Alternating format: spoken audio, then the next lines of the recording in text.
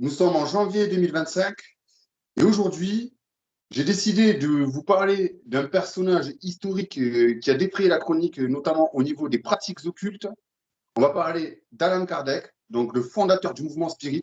Et qui de mieux pour en parler que Arnaud Dumouche, théologien catholique, qui va lui, par contre, nous décrire sa vision au niveau de, je dirais, de la foi de l'Église, comment on doit le percevoir. Bien que, attention, le message reste quand même un avertissement de la prévention. Les pratiques occultes, qu'elles soient déguisées ou non, sont proscrites par la Sainte Église catholique et par l'ensemble d'ailleurs des religions monothéistes. Il est fortement déconseillé de pratiquer du spiritisme, donc tout ce qui est Ouija, divination par les morts, etc. Les pratiques ésotériques, que ce soit cartomancie, voyance, médiumnité ou autre, tout ça est à proscrire. Je me trompe, pardon? Tout à fait, tout à fait. Une mise en garde absolue, hein, et on en expliquera la raison. À la fin de cette vidéo, chacun comprendra de manière logique. Et c'est tout à fait ça. Donc, Alan Kardec, donc une personnalité publique qui, dans les années 1800, a défrayé la chronique parce qu'il est à la tête, comme je le disais, donc de mouvement spirit, du spiritisme, en gros. Donc, on va commencer par les bases.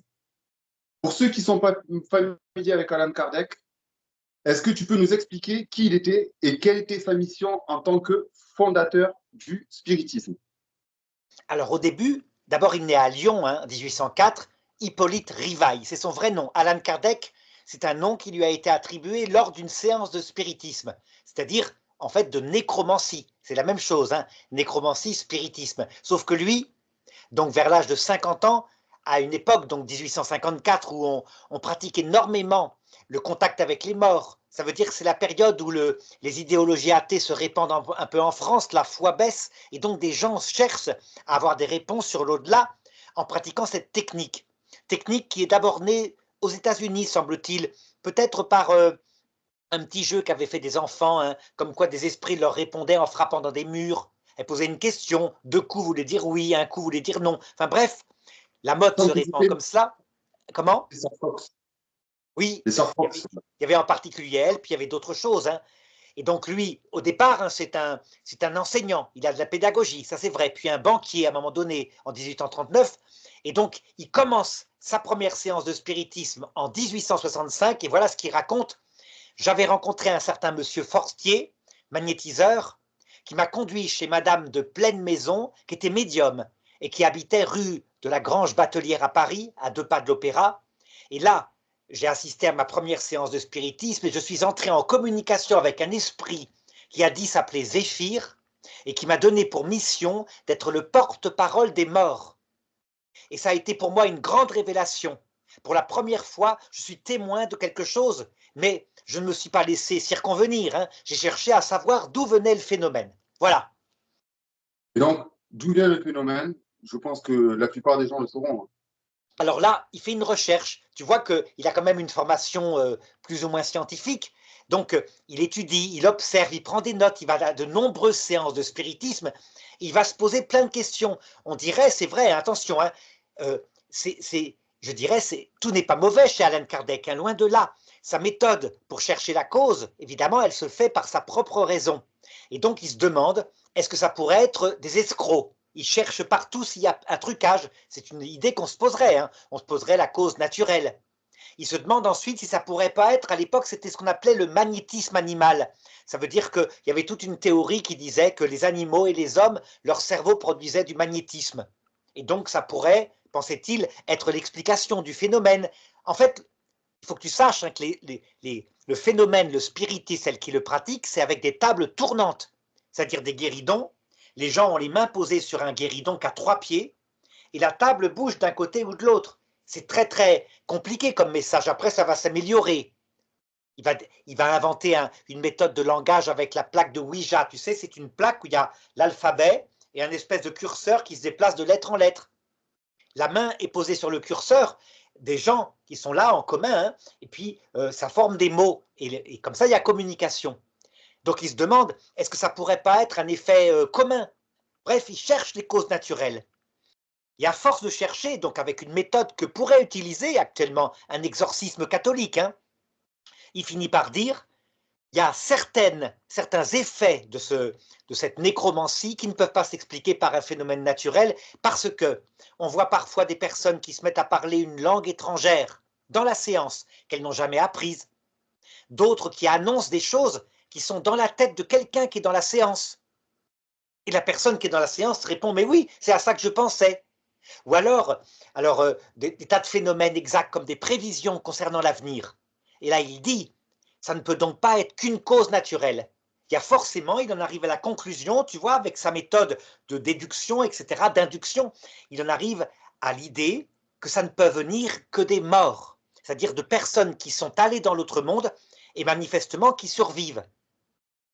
Et tu vois, tout au long de cette période-là, il continue de prendre des notes, d'écouter les messages qui sont donnés à travers ces séances de spiritisme. Et c'est là qu'il va avoir l'idée d'instaurer une sorte de livre, un livre qui reprenne tout ce qu'il a appris, qu'il va appeler le livre des esprits. Hein. C'est son premier livre, 1857. Donc tu vois, c'est très peu de temps après, 2 ans après.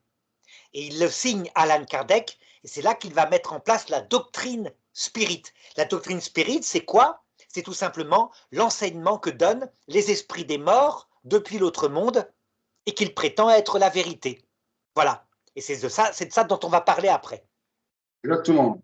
Parce que on s'est rendu compte, enfin, il s'est rendu compte, et puis l'Église par ailleurs, justement, a condamné d'ailleurs ses recherches, etc., a condamné le livre des esprits. D'ailleurs, un petit avertissement au passage, n'allez pas vous procurer ce genre de livre qui, justement, symbolise tout ce qui est pratique occulte, le spiritisme en faisant partie. Si tu veux bien, on va continuer un petit peu à en parler parce que à un moment donné, après une certaine séance justement de spiritisme, il va commencer à prêcher la réincarnation. Et ça, c'est un point et un aspect important qui lui a valu d'ailleurs la condamnation formelle de l'Église catholique. Alors ça, c'est systématique. Dès qu'il y a séance de spiritisme, même que ce soit en France ou même actuellement au Brésil, où c'est complètement développé, hein, c'est même une religion là-bas officielle, avec en particulier Victor Hugo, qui est un des grands prophètes spirites. Dès qu'il y a spiritisme, aussitôt, il y a la réincarnation qui est enseignée. Mais tu vois, je vais en parler après. Hein. D'abord, je te donne quelques principes. Le premier principe, c'est pour bien te montrer que pour discerner, l'Église n'a pas été comme ça avec simplement la condamnation qu'on voit dans l'Ancien Testament, où effectivement, dès l'époque de Moïse, la nécromancie est interdite. Nécromancie, ça veut dire la divination par les morts.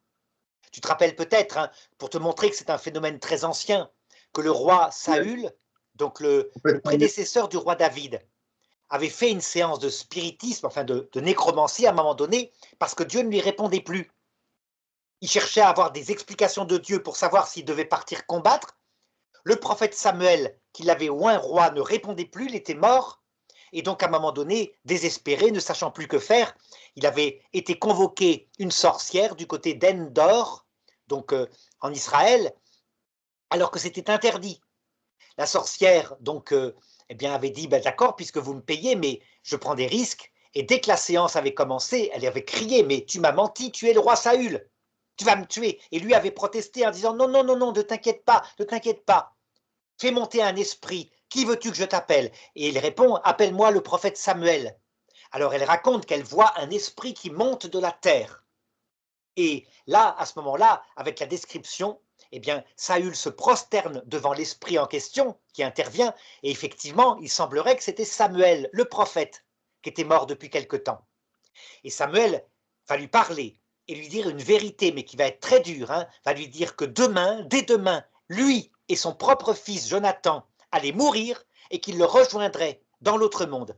Et que Dieu ne lui répondait pas parce qu'il avait désobéi gravement et que Dieu s'était retiré de son âme. La séance se termine par le fait que Saül tombe par terre évanoui, donc du coup la sorcière d'Endor lui donne à manger, comme elle peut, et il s'en va tout triste, tout penaud, et effectivement le lendemain il y a un combat avec les Philistins, et c'est là qu'il est tué, ainsi que Jonathan. Mais tu vois, la condamnation du spiritisme date d'avant cette séance qui se passe mal, hein, et il faut qu'on essaye d'expliquer pourquoi. Donc ce qu'on va faire, c'est que pour s'en rendre compte, je vais te donner évidemment la doctrine générale qui est enseignée partout, y compris au Brésil, la doctrine du spiritisme, si tu es d'accord, plus tard. Hein. À moins que tu aies d'autres questions pour le moment. Je t'écoute. Non, vas-y, Arnaud, vas-y. Alors, voilà, c'est assez simple à comprendre. D'abord, il y a des vérités. Il n'y a pas que des erreurs, hein. On doit toujours savoir ça. Dans une hérésie quelconque, parce que là, on a affaire à une hérésie chrétienne, tu vas voir, il y a toujours une part de vérité. La part de vérité première, c'est quoi? Ben, c'est la foi dans la survie de l'esprit après la mort. Donc, c'est une doctrine de la vie éternelle. Il y a l'esprit à la mort n'est pas tué, c'est pas vrai. Il n'y a pas le néant. Les esprits sont vivants, ils sont donc dans l'autre monde. Donc voilà, le premier point. Tu vois cette petite part de vérité. Ensuite, deuxième chose, l'explication de notre présence sur Terre.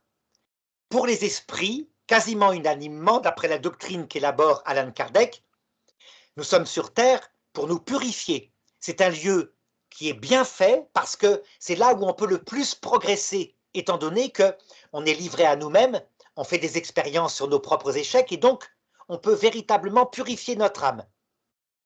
Si jamais on arrive à la mort et qu'on n'a pas réussi à la purifier complètement selon la finalité que je vais t'indiquer, il le dit, le sommet, c'est le message de Jésus.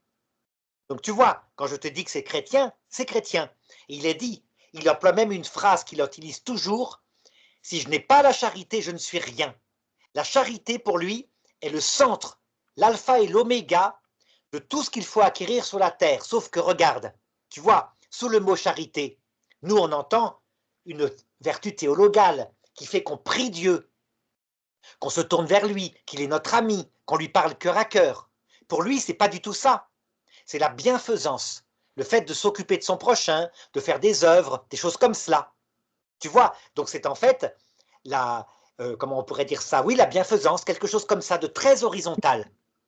De couper, est-ce que ce que tu me dis là, ça a quand même un peu, on dirait un petit rapport avec la doctrine protestante. Pas tellement, ça dépend des protestants. Les protestants, parfois, sont très théologaux, ils ont une vie de prière intense, hein, mais ça serait plutôt la doctrine des protestants progressistes, ou alors des catholiques gauchistes qu'on a vu à partir de mai 68, où la seule chose qui comptait, c'était de tenir une banque alimentaire, de s'occuper de son prochain, que prier, c'était un peu une perte de temps. Eh bien, Allan Kardec, c'est un peu pareil. Tu vois, message très horizontal.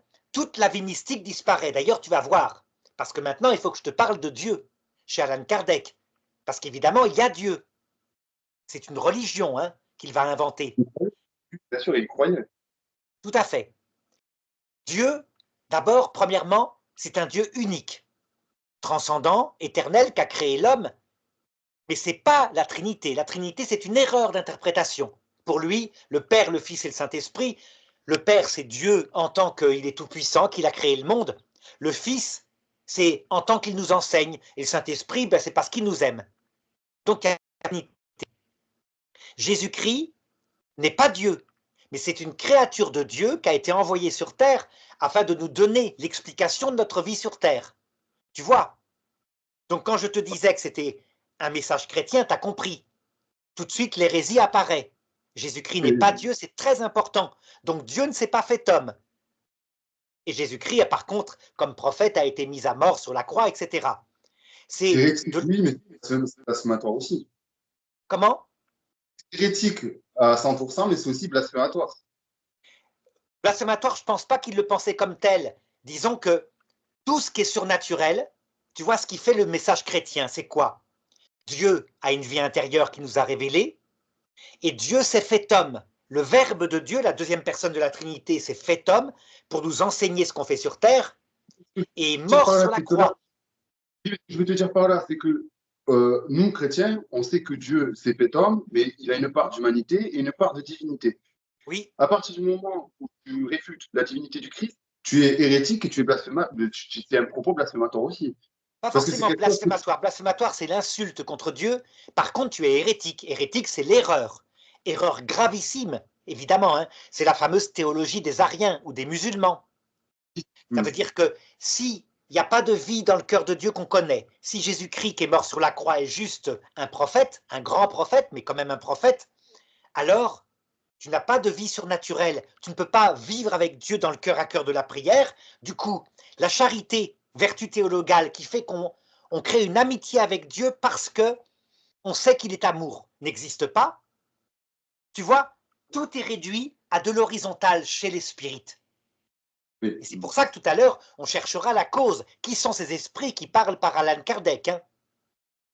Alors, attention, il y a d'autres choses qui sont vraies. Par exemple, il décrit la nature humaine en disant il y a le corps biologique, il y a le corps psychique, donc notre vie sensible, il y a le corps mental, l'âme qui survit après la mort.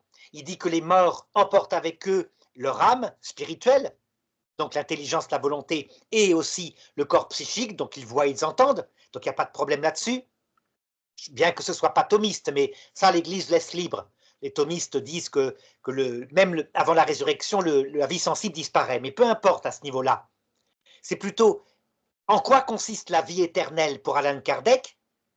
D'abord, premièrement, jamais on n'arrive à être parfait, donc la réincarnation est un cycle permanent.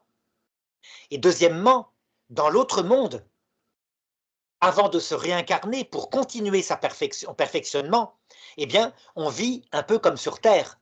Tu vois, on est là et on a des activités, on est dans un jardin, on va peindre si on est peintre. Il y a énormément de peintres spirites, par exemple, au Brésil.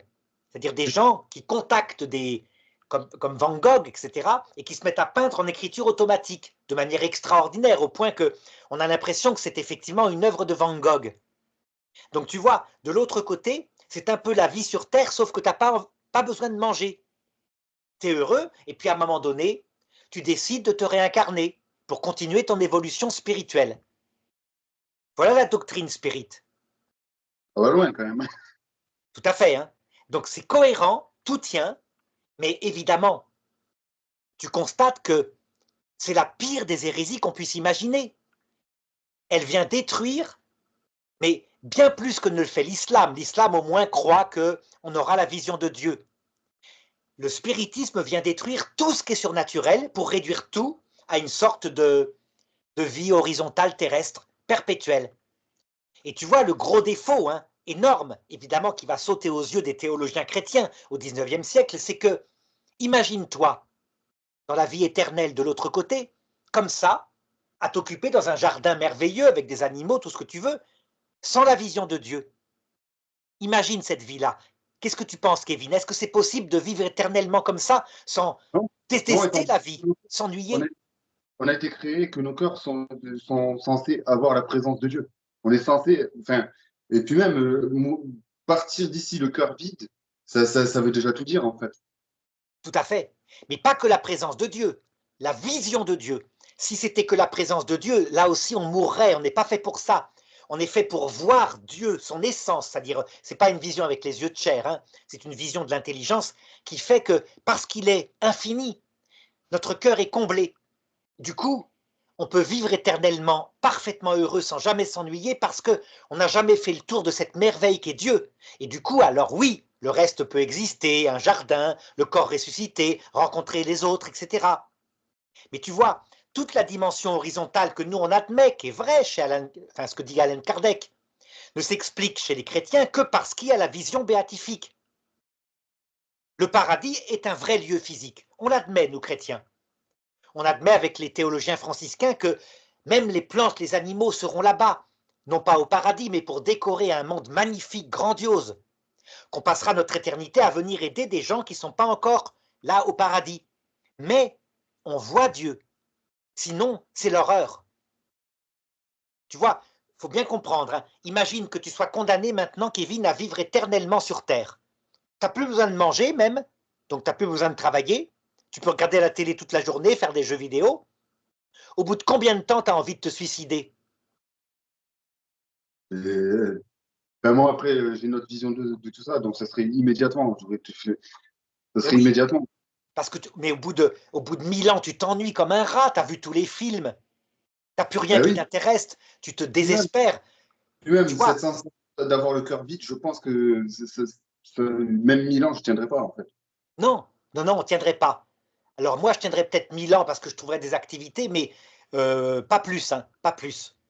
Mais 1000 ans, c'est quand même beaucoup quand même, hein. 1000 ans, c'est quand même beaucoup. Après, je pense que oui, c'est l'essence même de Dieu qu'il faut qu'on a. Enfin, c'est pour ça qu'on a été créé pour accueillir l'image même de Dieu, enfin, l'essence même de Dieu. Absolument. Notre cœur est fait pour le vrai Dieu, mais vraiment, hein. Et pas seulement pour, par exemple, tu te rappelles, pour te montrer que la théologie chrétienne n'est pas toujours parfaite, saint Augustin disait que les bébés morts sans baptême étaient séparés de Dieu dans un lieu intermédiaire, un peu comme décrit Allan Kardec, hein, et ce pour l'éternité. Il appelle ça les limbes éternelles. Mais au moins, il est réaliste et il dit, ils souffrent le martyre puisque leur cœur est vide. Saint Thomas d'Aquin rectifiera en disant, ben non, parce qu'ils n'ont pas péché, donc il n'y a pas de raison qu'ils soient punis. Mais tu vois, saint Augustin était plus profond que saint Thomas d'Aquin sur ce point, parce que notre cœur est sans repos tant qu'il ne se repose pas dans la vision de Dieu. Même sur terre, l'Eucharistie ne peut pas nous suffire. C'est pour un temps, c'est le pain du désert. Oui, oui, oui. Donc, après, si tu veux bien, on va suivre. Moi, ce qui m'a le plus choqué dans ces messages, c'est le fait de dire justement qu'après la mort, on pouvait se réincarner. C'est Alors dangereux oui, quand même. Très alors ça dangereux. va avec, hein. Tout à fait. La réincarnation chez Allan Kardec a des conséquences terribles. Parce que si donc nous sommes 1000 fois réincarnés, toujours pareil pour se perfectionner, on tombe dans la théologie de l'extrême-orient, à savoir que nous ne sommes pas des vraies personnes. Par exemple, si toi, Kevin, tu as été marié dans une vie antérieure, peut-être 10 fois, tu as eu des enfants, tu constates que tu ne te souviens pas d'eux. Alors lui, il va répondre, oui, mais entre deux réincarnations, tous les souvenirs reviennent. Je veux, mais même, tu es vidé de tes souvenirs, ça veut dire le progrès, ça va être compliqué puisque tu ne gardes pas tes expériences de ta vie antérieure. Donc la conséquence immédiate du spiritisme, c'est la disparition de ce qui est le fondement de la foi catholique. Nous sommes des personnes. Des C'est ça. personnes, ça veut dire que nos relations, notre unique maman, notre papa, notre femme, nos enfants, éternellement seront, voilà, seront ça auprès de nous. Les Ne souvenirs n'est sont- jamais effacé, jamais, sauf Dieu nous l'impose quand on est vieux, la maladie, mais c'est pour nous les rendre, nos souvenirs, quand on Mais rencontre à l'heure de la mort ce qu'on a aimé. la maladie, c'est physique. C'est pas comme l'âme. L'âme n'est pas physique. Tout à fait, tout à fait. C'est physique et c'est très provisoire, c'est pour notre purification sur terre. Voilà ce que dirait un chrétien. Donc la réincarnation qu'il ajoute là, évidemment, a des conséquences terribles, à savoir, eh bien, la perte, comme c'est le cas en Extrême-Orient, la perte de la foi dans l'existence des personnes humaines immortelles et éternelles. En fait, finalement, ce qu'il a créé, c'est ce qu'on appelle le New Age. C'est exactement ça, le New Age. Tu sais, le Nouvel Âge, qui a été très à la mode dans les années 60, qui est un mixte entre le christianisme et le bouddhisme, l'hindouisme. C'est-à-dire qu'ils arrivent à allier la résurrection et la réincarnation.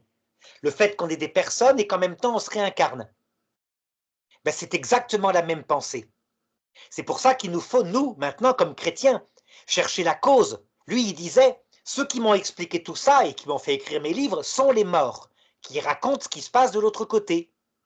Eh Et bien, c'est nous, là on va refaire un discernement avec l'Église juste après, si tu veux bien. justement l'Église est intervenue en disant ce ne sont pas les morts. Ce ne sont pas les morts. Tout à fait. Et l'Église, si elle met en garde contre ça, c'est parce qu'elle dit, vous pratiquez le spiritisme, vous perdrez la foi, tôt ou tard. Tôt ou tard, même si l'esprit au départ se présente comme étant un esprit qui vient de Dieu. D'ailleurs, je voudrais te raconter une petite anecdote pour te montrer à quel point c'est vrai. C'est une histoire que m'avait racontée un élève il y a quelques années, quand j'étais en France, quand j'enseignais en France. Un élève d'une école catholique qui avait des parents profondément catholiques. Et un jour, je parle comme ça du spiritisme, et il vient me voir à la suite du cours, il devait être en seconde pour la France. Et il me raconte que voilà ce qui était arrivé à ses parents. Ses parents très croyants, très pratiquants, mais pas prudents, un jour avaient décidé, recevant des amis, de faire une séance de nécromancie à la maison. Donc avec une table tournante, tout ce que tu peux imaginer, hein. Puis ça n'avait pas répondu. Donc ils s'étaient lassés, ils avaient arrêté, ils avaient continué leur repas. Mais le soir, voici que le papa, alors qu'il s'était endormi déjà, que la maman le rejoint dans le lit, se met à parler avec une voix qui n'était pas la sienne, en la rassurant, la maman, et en disant « Ne t'inquiète pas, tout à l'heure tu m'as appelé, je ne voulais pas venir dans cette séance qui était pour vous amuser, mais maintenant je peux venir. Qui es-tu » Et la personne qui parlait répond « Je suis ton ange gardien, je suis ton ange gardien, et parce que tu m'as invoqué, je viens et je vais te donner des conseils si tu le veux. Donc, tu vois, très respectueux, très chrétien. Et donc, elle posait ainsi des questions parce qu'il se remettait à parler, quelquefois dans les soirées, quand son mari dormait, toujours à travers la bouche de son mari. Est-ce que je dois forcer mes enfants à aller à la messe? Il répondait, ben, ils sont un peu grands maintenant, peut-être pas les forcer, mais les inviter à y aller pour que leur foi devienne personnelle, tu vois, que des choses bien, rien de mal. Ça se passait, ce que je te raconte, dans les années 90.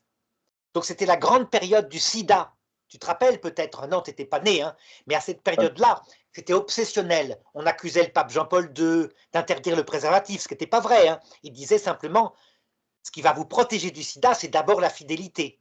Le préservatif, ben oui, ça va vous protéger si vous êtes infidèle, mais c'est la fidélité qui protège. Voilà ce qu'il disait. Eh bien, cette famille avait un doute par rapport à l'enseignement du pape Jean-Paul II sur ce point-là, uniquement. Hein. Alors elle pose un jour une question à l'ange gardien sur ce point-là, et l'ange gardien lui dit, mais non, là, il exagère, hein, évidemment. Tu penses bien, vous devez porter un préservatif quand il y a un risque d'attraper le sida. Ce qui est tout à fait correct au départ. Hein. Sauf que regarde, d'étape en étape, à partir de là, peu à peu, ils ont fini par ne plus aller à la messe, puis, à un moment donné, à rentrer dans l'église de la théosophie. La théosophie, c'est une église spirite. Oui, je connais. Et moi, je disais à mon élève, je lui disais, mais c'est étonnant. Au début, c'est un esprit catholique romain, il n'y a pas plus catholique que ça. Et au bout de 2 ans, ça y est, le couple de ses parents avait quitté l'église catholique et était devenu théosophe. Donc tu comprends, le discernement, il est facile.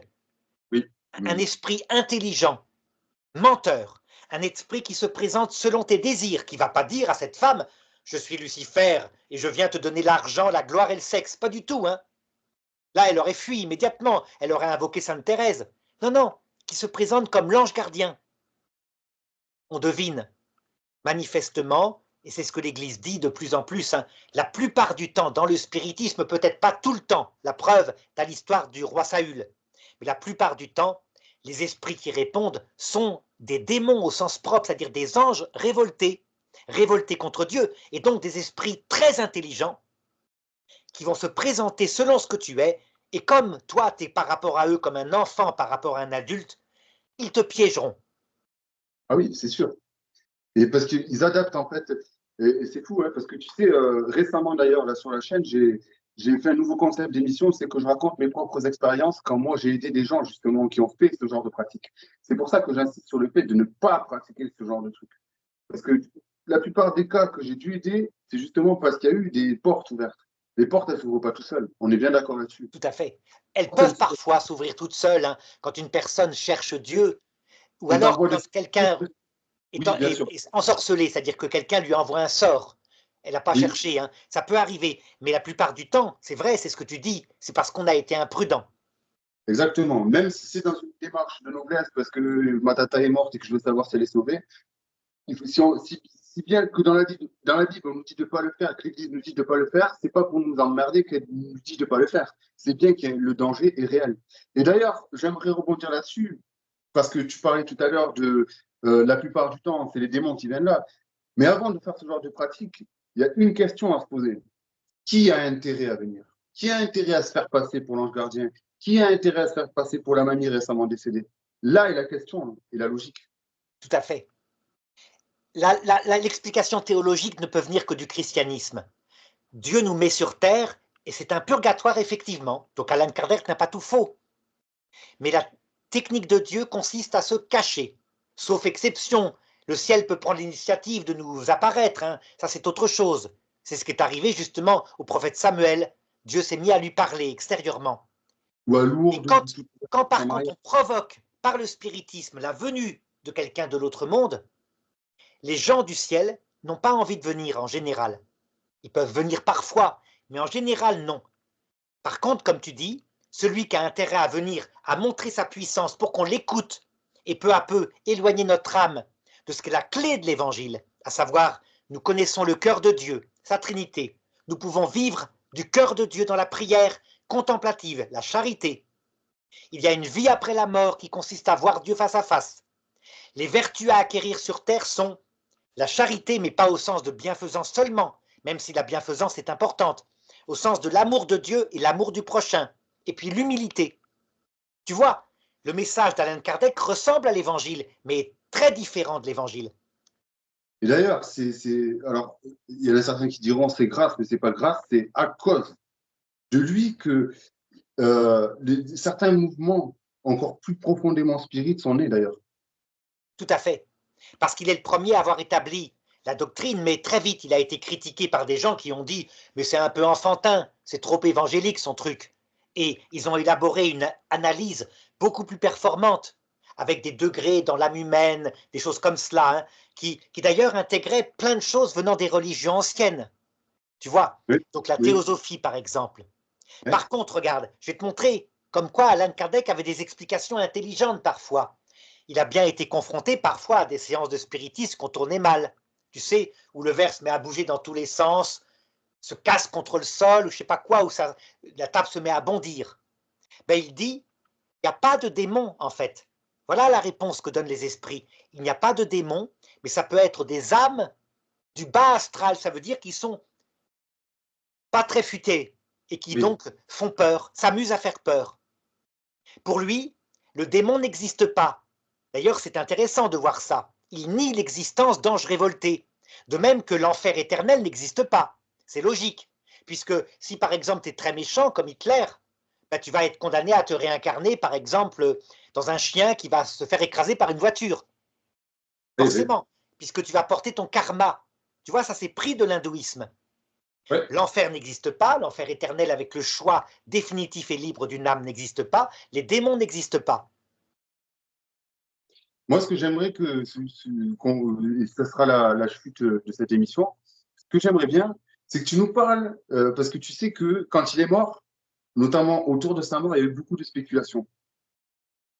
Est-ce que tu peux nous parler justement de ces spéculations-là? Parce que j'ai vu que certains disent qu'il est mort à cause justement de ces séances-là. Il est mort quand même à 60 ans. C'est pas vieux, 60 ans. C'est ton âge d'ailleurs. Un peu plus de C'est pas. 60 ans, tout à fait. Alors, écoute, il a sa tombe qui est au Père-Lachaise, à Paris, qui est Exact. fleurie sans arrêt, hein, fleurie magnifiquement. Mais Alors ça, je trouve ça quand d'après même ce qu'on dit, il est mort d'un anévrisme, comme c'était le cas à l'époque, hein. Ça veut dire tu sais ce qu'on appelle un AVC, tout oui. simplement parce que les régimes alimentaires de cette époque-là étaient beaucoup avec des salaisons qui donnaient de l'hypertension. Le sel est un poison quand on en mange trop, et donc on faisait ce qu'on appelle une attaque. Maintenant, s'il y a d'autres choses, raconte-les, parce que ça, je ne suis pas au courant. Vas-y, dis-moi. Certains disent que il aurait été clairement attaqué par le démon avant de mourir. D'accord. Ah ben, je ne suis pas au Physique- courant. Physiquement. Et que C'est possible. ce serait révélé à lui comme étant c'est moi qui te répondais en gros dans tes séances. C'est possible puisque j'ai plein d'exemples comme ça, où la séance de spiritisme au début, qui est comme ça, avec un esprit formidablement intelligent, finit par tourner à l'obsession démoniaque. Par exemple, quelque chose qui est arrivé à l'oncle de ma femme. D'accord? Un jour, je vais en Ariège et on discute avec lui, et lui pratiquait énormément la sorcellerie, ça veut dire le fait de trouver de l'eau avec un bâton, tu sais, de noisetier, Baguette, la la fameuse baguette, baguette. voilà. Mais comme ça marchait pas tellement, il avait fini par faire des séances de spiritisme pour augmenter son pouvoir. Et puis, il se met à me raconter les choses, et là, je l'arrête et je lui dis, et je lui raconte ce qui est arrivé par la suite. Je lui dis, attends, je vais te raconter. Tu as commencé à avoir des présences derrière toi, des mains qui se posaient sur ton dos, des impressions de froid dans la maison. Ah, il me regardait comme ça, il me dit, oui, comment tu sais? Ben, je lui dis, parce que c'est très fréquent. En réalité, quand on commence à évoquer, c'est-à-dire faire apparaître pour avoir un pouvoir extérieur, un esprit dont on ne connaît pas la raison, l'existence, eh bien c'est un démon qui vient. Et donc, il m'explique que oui, à un moment donné, il était tellement obsédé par ses présences qu'il avait sa femme qui était très croyante, qui avait une icône de la Vierge Marie dans la maison, il l'a mise à la cave. Il avait aussi fait des fouilles archéologiques, il avait trouvé à un moment donné un squelette d'un ancien cathare, tu sais, en faisant des fouilles, qu'il Ah avait ouais. remonté, qu'il avait mis dans sa maison. Il est allé le brûler. Il ne supportait plus le regard de ce squelette. Ce qui était complètement absurde, hein. Évidemment, il aurait dû le donner à un musée. Mais tu comprends, ça veut dire que le démon, c'est lui, se fait passer pour un être du ciel, puis à un moment donné, une fois que tu es bien addict de ça, il peut alors se transformer en quelqu'un qui te tente, faire quelque chose de plus bas, avoir du pouvoir, de l'argent, de la gloire.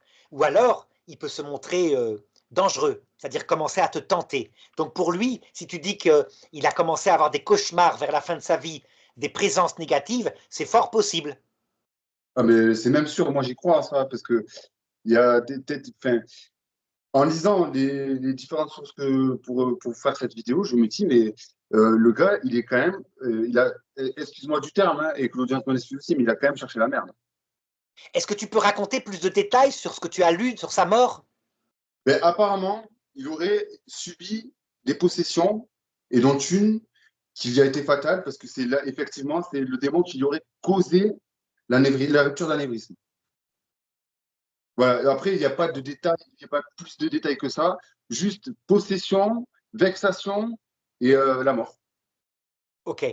En tout cas, ce que je peux te dire, c'est que quel que soit le pacte que fait quelqu'un dans le spiritisme, ou même quelquefois il le pousse jusqu'à la sorcellerie, il est évident que jamais le Christ n'acceptera que la personne soit simplement damnée pour cette raison-là, mais fera tout dans le passage de la mort pour la conduire au repentir, à sortir des choses, à lui révéler qui est-ce qui lui avait parlé durant sa vie. Tu vois, ça Oui, bien c'est une sûr. certitude de la foi qui dit que jamais on ne sera damné par surprise. Quand quelqu'un se damne, c'est-à-dire qu'on va en enfer éternel, c'est parce que là, confronté au Christ qui montre son cœur, qui montre qu'il est Dieu, la personne choisit de rejeter son évangile. Donc, pour Alan Kardec qui s'est fait piéger, hein, je dirais, il faut prier pour son âme, voilà, c'est tout. Oui, bien sûr. Oui, bien sûr. Après, bon, ben, ça reste quand même une personnalité très controversée de l'histoire contemporaine, hein, notamment au sujet des pratiques occultes, hein. Au niveau des chrétiens, en tout cas, c'est l'une des plus graves hérésies qu'on puisse imaginer, hein, et qui a un grand impact, a eu un grand impact surtout dans les années 60 avec le Nouvel Âge, comme je te disais. Et maintenant, bon, c'est moins la doctrine spirit que eh bien, les pratiques. Quelquefois, les enfants, les élèves en classe sont quelquefois intéressés par ça, ils savent que ça existe et donc ils le tentent. Exactement, parce qu'à l'époque actuelle, on n'est plus tellement dans la mouvance spirit telle que Alain Kardec la concevait, mais on a quand même des connotations, notamment chez les jeunes âgés entre deux. Tu sais, j'ai regardé sur Cato TV, là, il n'y a pas si longtemps que ça, il y a un reportage Lumière qui s'appelle Lumière sur les pratiques occultes, et on se rend compte avec des chiffres, et c'est faramineux, hein, c'est vraiment faramineux, que les jeunes entre 13 et 25 ans sont friands quand ça parle de satanisme, d'ésotérisme et de spiritisme, et se mettent beaucoup à jouer à la Ouija. C'est pour ça que je tenais aussi à faire cette vidéo avec toi, non seulement pour faire passer le message de prévention qu'on se doit de faire passer, ça fait partie de notre évangélisation aussi, tu me diras, mais également d'avertir les parents, etc., qui ont des enfants en bas âge et des adolescents, attention, même les réseaux sociaux peuvent nuire à vos enfants, clairement. Tout à fait, tout à fait. Voilà. Le démon, il est présent partout, hein, et ça servira de tous les outils pour pouvoir nous piéger le plus facilement possible. Absolument. Alors on pourrait se dire évidemment pourquoi est-ce que Dieu laisse un tel pouvoir à l'erreur, au démon? Dieu, quelquefois, nous laisse faire nos expériences par notre propre désobéissance, hein. À savoir, on n'écoute pas ce que dit l'Église. La parole est donnée quand même pour dire ne le pratiquez pas. Il laisse faire, et puis à un moment donné, il nous rattrape. C'est très Oui, parce fréquent comme ça. qu'on ne peut pas dire que Dieu est amour si on n'a pas un minimum, s'il ne nous laisse pas un minimum de liberté de choix. Tout à fait. Même si la liberté, volontairement, a été diminuée, puisque, tu as vu, il nous laisse une part d'ignorance. Il ne nous prouve pas. C'est tellement simple de nous apparaître maintenant. Mais cette part d'ignorance et de faiblesse qu'on a actuellement, c'est pas pour toujours. C'est Non. uniquement, effectivement, dans ce premier stage qui s'appelle la vie terrestre, et puis à l'heure de la mort, quand on voit le Christ, là forcément, il nous rend la pleine liberté. Et il La se fameuse, sert de cette expérience qu'on a eue sur la Terre pour qu'évidemment, nous conduire à la vérité tout entière. exactement. D'où la fameuse échelle de Jacob. Absolument. Voilà. Je te remercie, cher ami, encore une fois, et à très bientôt pour une nouvelle vidéo. À bientôt, Kevin. Merci.